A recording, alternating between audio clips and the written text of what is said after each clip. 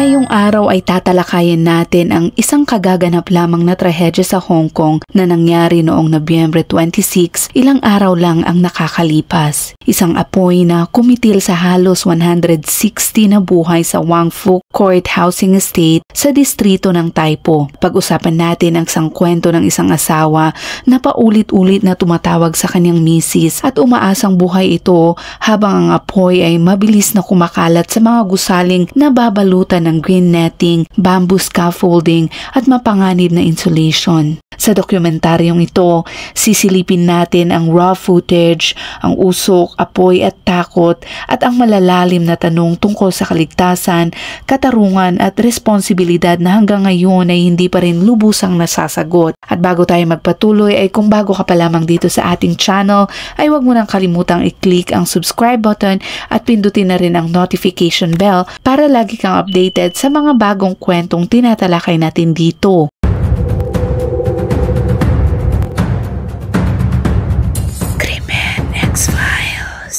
Noong hapon ng Nobyembre 26, mag-isa lang sa bahay si Mrs. Wong, isang 68 years old na matandang babae sa apartment niya sa ika-20 na palapag ng Wong Chong House na bahagi ng Wong Fong Court sa Hong Kong. Bandang 2:45 ng hapon, habang ginagawa lang niya ang normal na gawain sa bahay, bigla siyang nakarinig ng sunod-sunod na kakaibang tunog mula sa labas. Ito'y tunog na parabang pumuputok na halos parang firecrackers ang dating. Inakala niyang normal lang na ingay yun mula sa construction na ilang araw nang ginagawa sa buong building. Dahil dito, hindi na niya sinilip ang bintana. Matagal na ring nakaselyo ang mga bintana niya para hindi pumasok ang alikabok. Ganon din ang ingay mula sa renovation sa ibabang palapag at sa scaffolding sa labas. Sanay na rin siya sa kung ano-anong ingay na umaabot sa taas ng kanilang unit. Pero noong sandaling iyon, isang malapit na kaibigan ni Mrs. Wong ang sakto namang dumadaan sa Tolo Harbor area. Mula sa malayo, nalaki ang mga mata ng kaibigan nang makitang ang makapal na usok at malalaking apoy na sumisiklab mula mismo sa Wong Fuk Court, ang lugar kung saan nakatira si Mrs. Wong. Hindi na nag-isip ang kaibigan. Kinuha niya agad ang telepono at tinawagan siya at humihingal ito sa kaba. Sinabi nito na may sunog sa kanilang building at lumabas na ito. Para bang natauhan bigla si Mrs. Wong at dali-dali siyang tumakbo papunta sa pinto at binuksan iyon. Pero hindi pa man siya nakakagalaw, sinalubong na siya ng makapal at nakakabulag na usok na para bang dumaluyong papasok. Ramdam niya ang matinding init mula sa pasilyo at tumatama sa mukha niya na parang humahapdi, kaya napaurong siya sa sobrang gulat at takot. Sa mga oras na iyon, nasa labas ng building ang kanyang asawa na si Mr. Wong. Kakababa lang niya para bumili ng ilang kailangan nila sa bahay, pero habang papauwi, napahinto siya bigla at hindi makapaniwala sa tanaw niya sa harap. Ang mismong building na tinitirhan nila ay nilalamon ng malalaking apoy. Kita niya ang pulang-pulang apoy na gumagapang paakyat sa gilid ng gusali habang ang makapal na usok ay umaabot hanggang langit at tinatakpan ang bughaw na kalangitan. Walang pag-aalinlangan ay tumakbo si Mr. Wong papunta sa base ng Wong Chong House gamit ang lahat ng kanyang lakas. Pagdating niya roon, sa gitna ng nagkakagulong tao na nagtutulakan para makalabas, doon tumama sa kanya ang napakasakit na katotohanan. Nasa loob pa rin ng nasusunog na building ang kanyang asawa. Eksaktong 3:00 ng araw na yon,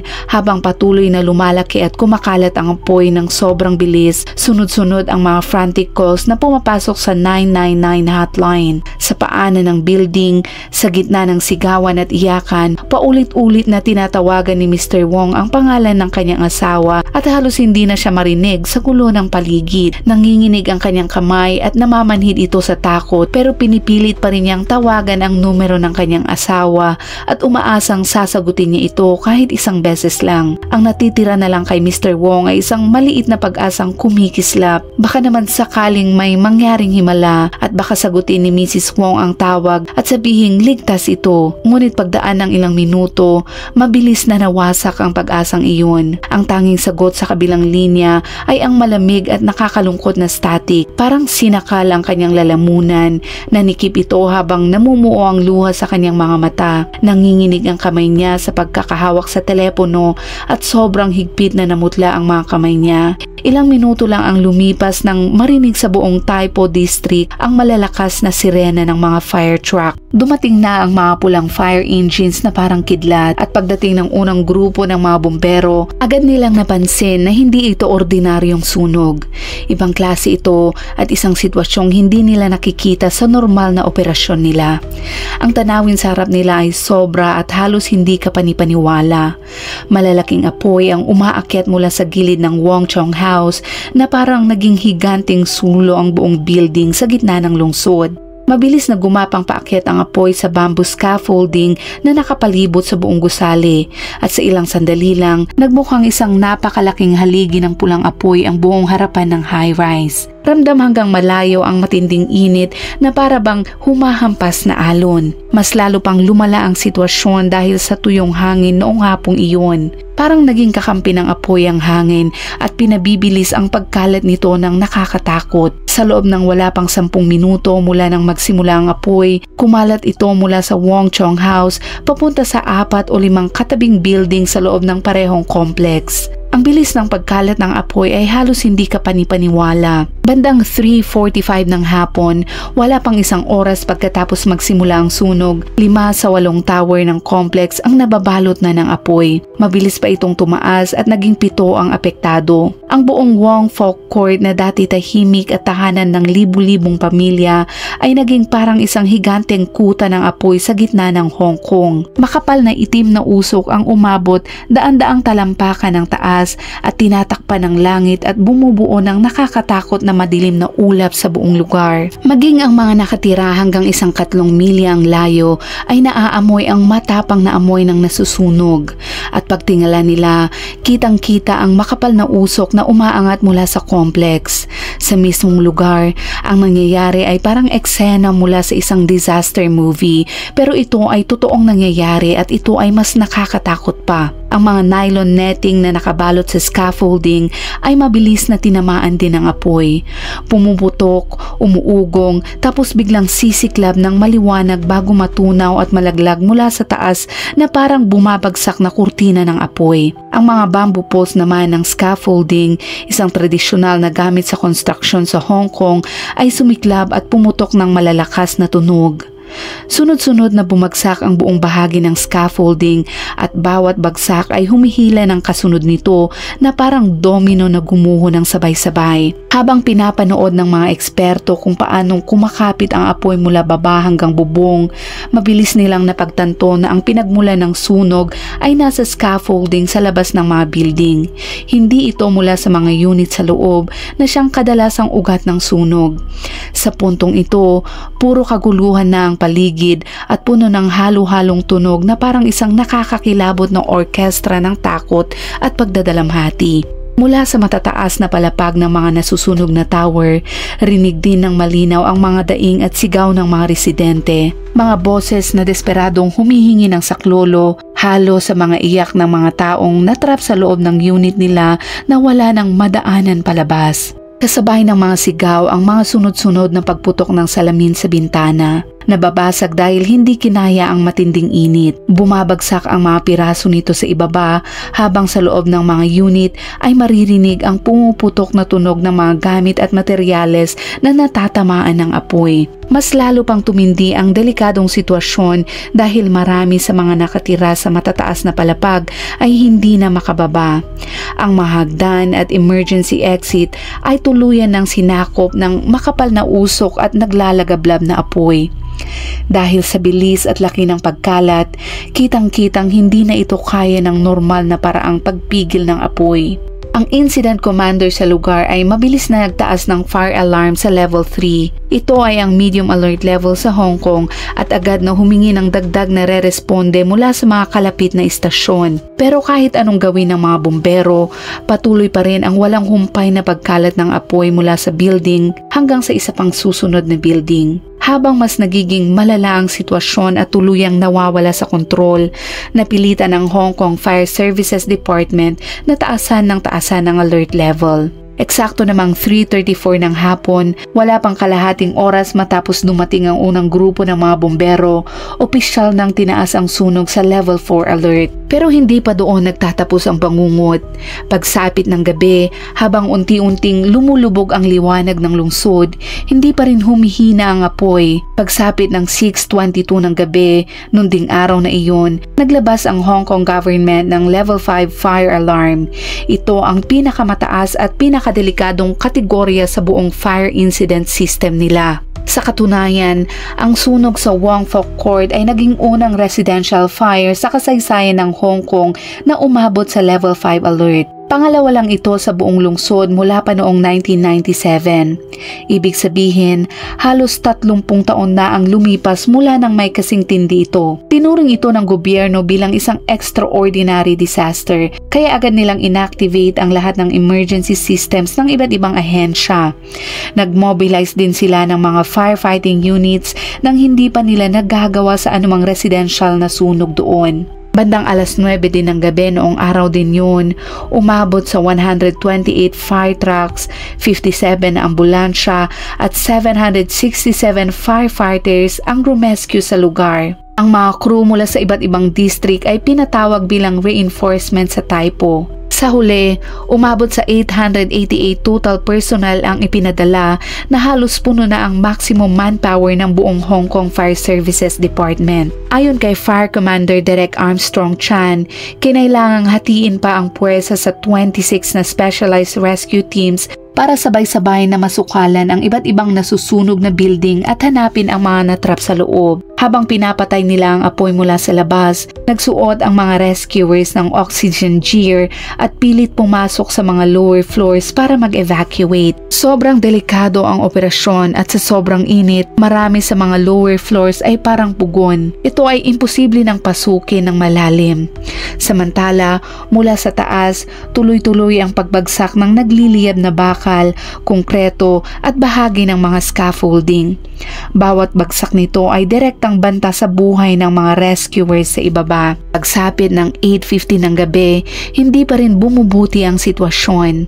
Ayon sa fire commander, mabilis pang lumalala ang kondisyon.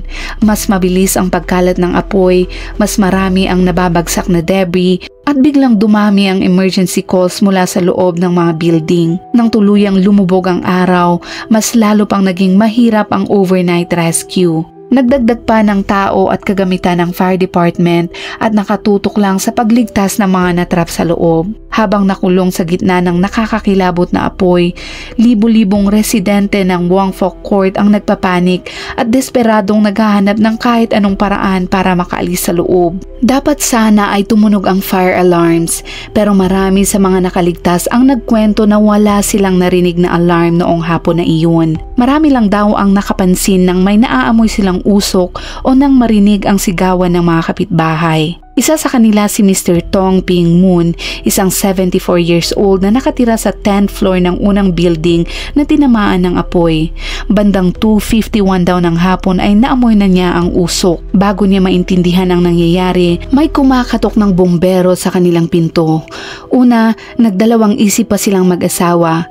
Iniisip nila na kung nasa labas ang sunog, imposible sigurong umabot sa kanilang unit. Pero ilang minuto lang ang lumipas ay may sumisingit ng makapal na itim na usok sa mga gilid ng kanilang pinto. Mabilis nitong pinuno ang hangin, mabaho at nakakapasong amoy na halos hindi na sila makalanghap. Doon lang natauhan ang mag-asawang matatanda kaya dali-dali silang tumawag sa emergency number. Sa loob ng sumunod na 3 oras, sinunod nila ang bawat utos ng dispatcher at nagkubli sila sa banyo at tinakpan ng basang tuwalya ang lahat ng siwang sa paligid ng pintuan para hindi makapasok ang nakakalasong usok. Habang nauubos na ang kanilang lakas bandang 6 p.m, saka lang tuluyang nabasag ng mga bumpero ang pader para mailigtas sila sa kwartong halos puno na ng usok. Sa labas naman ng kanilang building, tulala pa rin ang mga nakaligtas. Tahimik silang nakatayo at pinapanood kung paanong winawasak ng apoy ang tahanang pinag-ipunan at pinaghirapan nilang buuin ng maraming taon. Masakit isipin na kakasimula pa lang ng unang major renovation sa higit 40 na taon, pero ngayong gabi parang wala nang natira. Kahit naman delikado, hindi tumigil ang rescue team sa pag-akyat para hanapin ang mga naiwan sa taas. Buong magdamag, napakaraming nakakapigil hiningang rescue ang naganap. Pwersahang binubuksan ng mga bombero ang pintuan ng bawat unit at inaakay palabas ang mga residente. Bandang 10:00, may isang lalaking nasa kanyang 30 na kinandong ng rescuer pababa mula sa 16th floor at dumaan sila sa hagdanang puno ng usok. Ilang oras siyang natrap sa emergency stairwell bago ito matagpuan. Habang nagliliwanag ang gabi dahil sa matinding apoy, nagkaisa ang buong komunidad ng Taipo para tulungan ang mga biktima. Mahigit 1,000 namang residente ang agad inilikas papunta sa temporary shelters habang binuksan ang mga community hall at mga paaralan para may matulugan ang mga nawalan ng bahay. Karamihan sa mga taga Wangfok Court ay nagpahinga roon o sa mga kamag-anak at kaibigan. Sa kabila ng trahedyang ito ay marami namang grupo ang agad sumali sa relief effort. Nagpadala ang Hong Kong Red Cross ng staff para sa medical supplies, first aid at psychological support para sa mga nakaranas ng trauma. Nagbukas din ang Salvation Army at Hong Kong Youth Association ng kanilang mga pasilidad para sa libreng counseling at pansamantalang matutuluyan. Ang YMCA of Hong Kong ay nagbigay pa ng 900 na libreng kama sa Guo Chaoxia Youth Village sa Ma On Shan. Pati mga simbahan at iba't ibang mga religious groups ay nanatiling bukas buong magdamag upang magpatuloy ng mga evacuees. Sumali rin ang mga ibang mga private group companies. Nag-alok ang Regal Hotel Group ng libreng hotel rooms at care packages para sa mga pamilyang biktima. Isang shopping center naman malapit sa sunog ang hindi nagsara buong gabi. Namigay ito ng tubig, pagkain at libreng charging stations para makontak ng mga tao ang kanilang mga mahal sa buhay. Nagbigay naman ang McDonald's Hong Kong ng libreng pagkain at nagpadala ng halos 1,000 breakfast meals sa shelters kinaumagahan. Ang malalaking telecom companies gaya ng CMHK at 3HK ay nag-set up ng libreng mobile data hotspots at nagpahiram ng power banks at nag-extend ng store hours para matulungan ang mga residente na manatiling konektado. Sa nakakamanghang pagpapakita ng malasakit, maraming tao mula sa iba't ibang bahagi ng Hong Kong ang nag-set up ng donation points para sa damit, kumot at toiletries ng mga apektado. May mga gumawa pa ng online groups para matulungan ang mga pamilya na magpapaalam na ligtas sila at mahanap ang kanilang nawawalang mga kamag-anak. Sa gitna ng napakalaking trahedya, ang sama-samang pagtutulong na ito ang nagsilbing liwanag sa pinakamadilim na oras. Isang paalala na hindi sila nag-iisa sa sakuna. Para naman sa pangmatagalang tulong, inanunsyo rin ng Hong Kong government ang mga planong pansamantalang tirahan at transitional housing para sa lahat ng residenteng nawalan ng bahay. Ayon sa Housing Bureau, nakapaghanda na sila ng mahigit 2,000 na kama sa mga pansamantalang tirahan at 1,400 na apartments sa temporary housing project para sa mga pamilyang naapektuhan habang hinihintay maayos at maitayo muli ang Wangfok Court. Libre o halos libre lang ibibigay ang mga unit na ito para siguraduhin walang maiwang walang matutuluyan pagkatapos ng sakuna. Sa oras na ito ay nag-anunsyo rin si Chief Executive John Lee ng pagbuo ng Special Relief Fund na 300 million Hong Kong dollars o tinatayang 38 million US dollars para tulungan ang mga biktima. Bawat pamilyang naaapektuhan ay makakatanggap ng 10,000 Hong Kong dollars o mga 1,280 US dollars bilang emergency cash assistance at tuloy-tuloy pa ang tulong para sa pagbangon nila. Nangako pa si Lee na walang biktimang mapapabayaan sa buong proseso ng pag-rebuild ng building na iyon. Habang nangyayari ang lahat ng ito, tuloy-tuloy pa rin ang laban ng mga bumbero laban sa apoy mula gabi ng Nobyembre 26 hanggang madaling araw ng Nobyembre 27. Dahil sa walang tigil na pagresponde ng mga firefighters, bandang 1:50 AM, nag-report sila na bahagyang kontrolado na ang sunog. 3 sa pintong gusaling na susunog ay tuluyang naapula, habang sa 4 na natitira ay naging maliliit na apoy na lang ang naiwan. Pero ayon sa kanila, napakahirap pa ring pasukin ito ng mga bumbero dahil ito ay nasa upper floors. Pagsapit ng 5:45 AM noong Nobyembre 27, naitaas na nila ang mga hose hanggang floors 5 to 18 ng ilang building para ipagpatuloy ang pag-apula. Samantala, ang search and rescue teams ay nagsimula ng pumasok hanggang floors 13 to 23 para hanapin ang posibleng natrap na mga tao. Pero sa mas mataas na palapag, sobrang init pa rin at patuloy pang umaaso ang mga bahagi ng gusali. Hindi ligtas pasukin kaya kinailangan nilang maghintay para lumamig ang lugar. Pagdating ng alas 8 ng Nobyembre 27, halos kontrolado na ang sunog at unti-unti nang nawawala ang makapal na usok.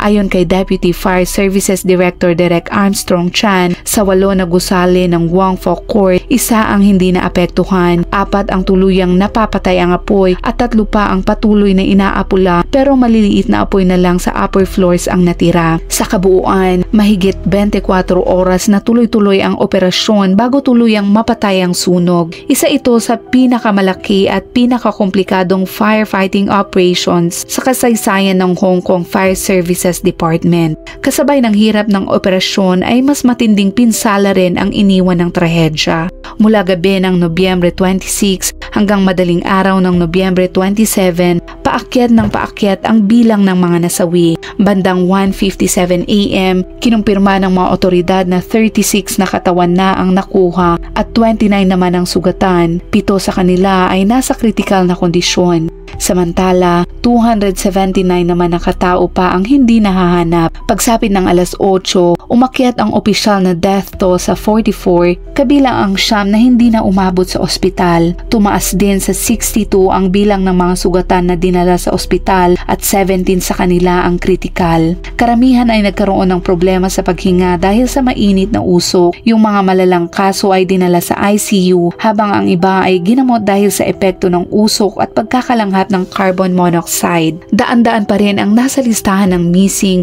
at walang makapagbigay ng balita tungkol sa kanila kaya lalo pang lumalala ang pangamba. At nang tumuloy ang operasyon ng rescue teams at umabot na sila sa mas matataas na palapag, mas dumami pa ang natagpuang wala ng buhay. Pagsapit ng gabi ng Nobyembre 27, inanunsyo ng mga otoridad na hindi bababa sa 65 na katao ang nasawi, 17 ang sugatan at 16 sa kanila ang nasa critical na kondisyon at mahigit 20 naman ang malubha ang kondisyon. Pagdating ng Nobyembre 28, umabot na sa 128 na buhay ang nawala sa trahedyang iyon. Dahil sa sobrang dami ng nasawi, naging pinakamalalang sunog ito sa loob ng mahigit 65 na taon na nangyari sa Wong Fok Court mula pa noong Shamshi Po Tenement Fire noong 1962 na kumitil ng 40 na buhay. Bumalot ito ng matinding lungkot at katahimikan sa buong komunidad ng Taipo. Nag-set up din ang mga otoridad ng temporary mortuary malapit sa lugar para tipunin ang mga katawan bago dalhin sa government mortuary sa Fushan. Doon ay naghihintay ang mga pamilya at puno sila ng takot, pagod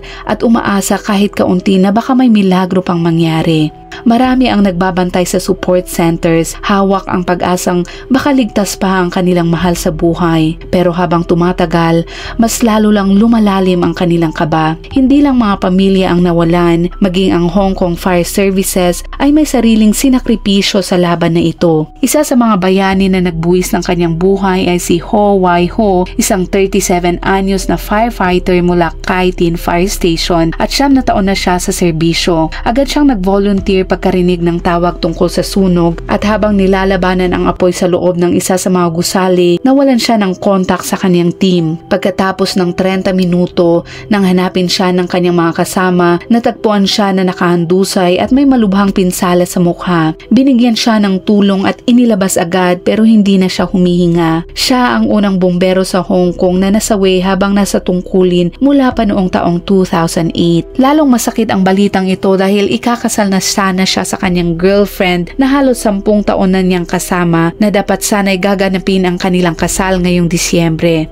Ngayon, lahat ng kanilang plano ay naputol dahil sa trahedyang ito. Hindi lang buhay ang nawala, pati ari-arian ay matindi ang pinsala. 7 32-story residential towers ang halos wasak ang labas. Daan-daang apartment mula ground floor hanggang rooftop naman ang naubos ng apoy o lubhang nasira na. Ayon sa initial estimate, halos 2,000 apartment ang naapektuhan at ang mga 5,000 residente ay nawalan ng tirahan. Marami sa mga unit ay hindi na talaga pwedeng tirhan at kailangang suriin pa ang tibay ng mga gusali dahil baka humina ang konkretong materyales at bakal sa sobrang init. Para sa Hong Kong na kilala sa siksik at matataas na gusali, isa itong hindi pa nangyayaring sakuna. Nang naging kontrolado na ang sunog, agad pumasok ang Hong Kong Police at investigators para isil ang lugar at magsimula ng investigasyon. Gumawa sila ng scene examination center na binubuo ng mga eksperto mula sa fire services, criminal investigation, government laboratory at forensic pathology. Sa simula, iniisip nilang aksidente lang ito, pero pagkatapos ng unang mga findings, nagbago ang takbo ng investigasyon. Lumabas ang mga hinala na may mali kaya agad itong itinuring na criminal inquiry. Sa press conference pagkatapos ng trahedya, humarap si Tang Ping-kung, Secretary for Security sa daan-daang lokal at international na media. Dito niya sinabi ang nakakagulat na detalye. Ang sobrang bilis ng pagkalat ng apoy sa Wong Fok Court ay hindi normal. Ito daw ay malayo sa mga sunog na dati nang naharap ng mga bumbero doon. Habang nag-aapula, napansin daw ng mga crew ang maraming kahinahinalang bagay sa fire safety ng construction site. Ang protective netting, plastic na takip para sa alikabok at waterproof tarps na nakabalot sa scaffolding, lahat ito ay hindi pumasa sa fire resistant standards ng Hong Kong. Pero ang pinaka nakakagulat, nadiskubre ng pulisya na lahat ng bintana sa elevator lobby ng bawat palapag ay tinakpan ng foam insulation panels. Sabi nila ay para daw hindi pumasok ang alikabok habang may renovation. Pero ang hindi ata nila naisip ay ang foam ay sobrang madaling magliyab at mabilis magpalaganap ng apoy kapag ito ay uminit ng todo. Base sa ebidensya, napagpasyahan ng mga investigador na ang mga harmless na foam panels na ito ay mabilis na nagliyab at nagsilbing parang tulay ng apoy, dahilan kung bakit kumalat ang sunog ng napakabilis sa bawat palapag at pati sa mga katabing gusali. Bukod pa dito, nadiskubre rin ng investigasyon ang napakaraming paglabag sa construction safety regulations. Ayon sa malinaw na regulations ng Code of Practice for Bamboo Scaffolding Safety mula sa Hong Kong Labor Department, lahat ng netting at tarp sa scaffolding sa kahit anong construction site ay dapat gawa sa materyales na fire resistant at sumusunod sa safety standards na kinikilala ng mga otoridad. Pero sa Wong Fok Court, lumalabas na malinaw na ginamit ng contractor ang netting na walang fire-resistant properties na marahil para makabawas sa gastos at kumita ng mas malaki. Ganun din, sa halip na gumamit ng mas ligtas at fire-resistant na materyales, nilagyan nila ng flammable foam panels ang mga bintana na naging sanhi ng deadly fire bridges. Dahil dito, mabilis na kumalat ang apoy mula sa scaffolding papasok sa bawat palapag na nagdulot ng napakalaking pinsala sa buong complex. Dahil sa ebidensyang ito, may sapat na dahilan ng Hong Kong authorities para paniwalaan na ang mga responsable sa renovation ng Wong Fok Court ay malubhang kapabayaan sa pagpapanatili ng fire safety at ang kanilang pagsasakripisyo ng kaligtasan ng mga tao para sa tubo ang direktang dahilan ng trahedya. Dahil sa nangyaring ito, mabilis na nagsimula ang criminal investigation ng Hong Kong Police. Nanguna rin ang Hong Kong Independent Commission Against Corruption o ICAC sa pag-aresto sa 8 tao na konektado sa renovation project ng Wong Fok Court. 7 sa kanila ay lalaki at 1 ay babae. Sila ay edad 40 hanggang 63 at dahil sa suspetsya ng corruption sa renovation project na nagkakahalaga ng Hong Kong dollars na 330 million o mga $42 kabilang sa naaresto ay 2 direktor ng construction consulting company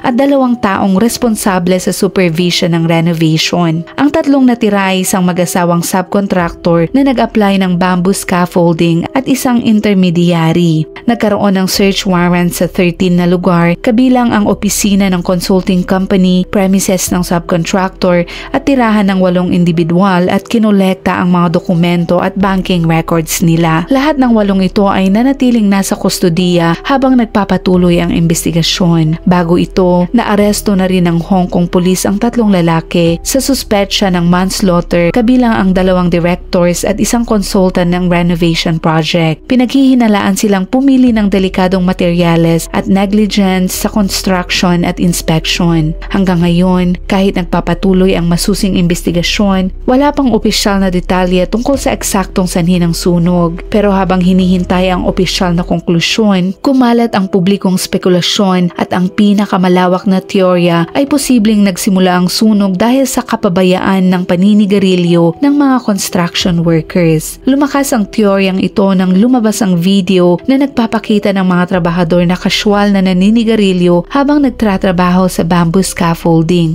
Bagamat mahigpit na ipinagbabawal ang paninigarilyo sa lahat ng construction sites sa Hong Kong, lalo na sa mga site na may flammable materials gaya ng bamboo at nylon netting, mas lalong lumala ang sitwasyon dahil ang Wong Fok Court ay luma na. Para maunawaan ang laki at kasaysayan ng complex, ang Wong Fok Court ay itinayo noong early 1980s at may 8 na matataas na gusali ito, bawat isa ay may 32 floors at may kabuuang 1,984 residential units. Dito nakatira ang mahigit 4,600 na residente mula sa iba't ibang edad at background. Matapos ang mahigit 45 na taon na tuloy-tuloy na paggamit ng Wong Fok Court na kahit na anong walang renovations, noong 2024, sa wakas nagdesisyon ng building management na magsagawa ng malawakang maintenance at repair project sa lahat ng gusali sa complex. Simula Hulyo 2024, ang lahat ng 8 na matataas na towers ay unti-unting binalot ng makakapal na bamboo scaffolding at green safety netting para sa renovation at pagpapaganda ng mga exterior na naging luma at bulok na sa paglipas ng panahon. Sa teorya naman, ang safety netting sa scaffolding ay dapat nagsisilbing proteksyon para hindi mahulog ang mga construction materials, tools o debris sa mga residente at sa mga pedestrian sa kalsada.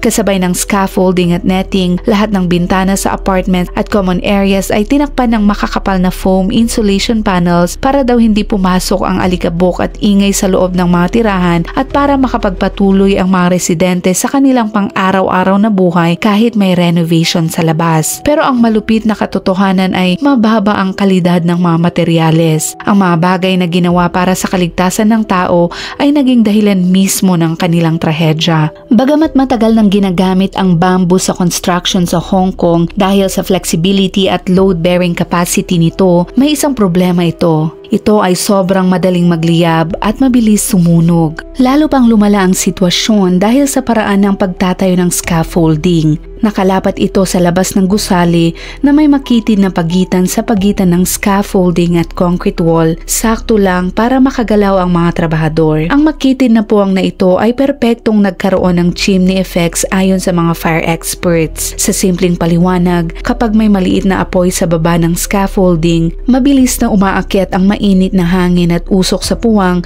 at humihila ng sariwang hangin mula sa ibaba. Ang bagong hangin ay nagdadala ng oxygen sa apoy kaya mas matindi at mas mabilis itong kumalat pataas. Noong Nobyembre 26, ang panahon sa lugar ay sobrang tuyo at may humidity na halos 40 to 50% lang kaya naglabas ang Hong Kong Observatory ng extremely high wildfire risk warning. Kasabay ng investigasyon ng pulisya, ang Hong Kong Independent Commission Against Corruption ay mabilis ring nakisangkot dahil may malaking public interest concern ang kaso. Nagtatag ang Commission ng Special Task Force para imbestigahan kung may korupsyon nga sa Wong Fort Renovation Project. Isa namang statement mula sa ICAC noong hapon ng Nobyembre 27 ay nagpapakita ng pinaghihinalaang may financial irregularity sa renovation project na nagkakahalaga ng 330 million Hong Kong dollars. Sinasabi rin ng ICAC na tututok sila sa pagtukoy kung may officials o related parties ba na tumanggap ng bribe para payagang gumamit ng substandard materials ang mga trabahador. Layunin nitong matukoy ang ugat ng trahedya at maiwasan ang kaparehong insidente sa hinaharap. Nagpaabot din ang komisyon ng kanilang pinakamalalim na pakikiramay sa mga biktima ng sunog at tiniyak na hahatulan ang sinumang sangkot sa kapabayaan o maling gawain kaugnay ng trahedya. Sa abo naman ng trahedyang ito, natuklasan ng Hong Kong authorities ang serye ng malalang paglabag. Ang kapabayaan sa construction at oversight ng safety ay direktang nagdulot para ang isang maliit na insidente ay maging malaking sakuna na kumitil ng maraming buhay. Hanggang sa araw na ito ay patuloy ang imbestigasyon pero malinaw ang matinding aral na makukuha natin dito. Hindi dapat basta-basta ipagwalang bahala ang fire safety lalo na kapag may flammable material sa mga siksik at matataas na gusali. At dyan nagtatapos ang dokumentaryong tinalakay natin ngayon. Isang nakakapanlumong trahedya na marahil ay hindi na malilimutan pa sa kasaysayan ng buong Hong Kong. At kung umabot ka sa dulo ng videong ito ay i-comment mo naman sa ibaba kung taga saan ka at anong oras mo ito napanood para naman alam namin kung saan umabot ang videong ito. Hanggang sa muli at palaging mag-iingat.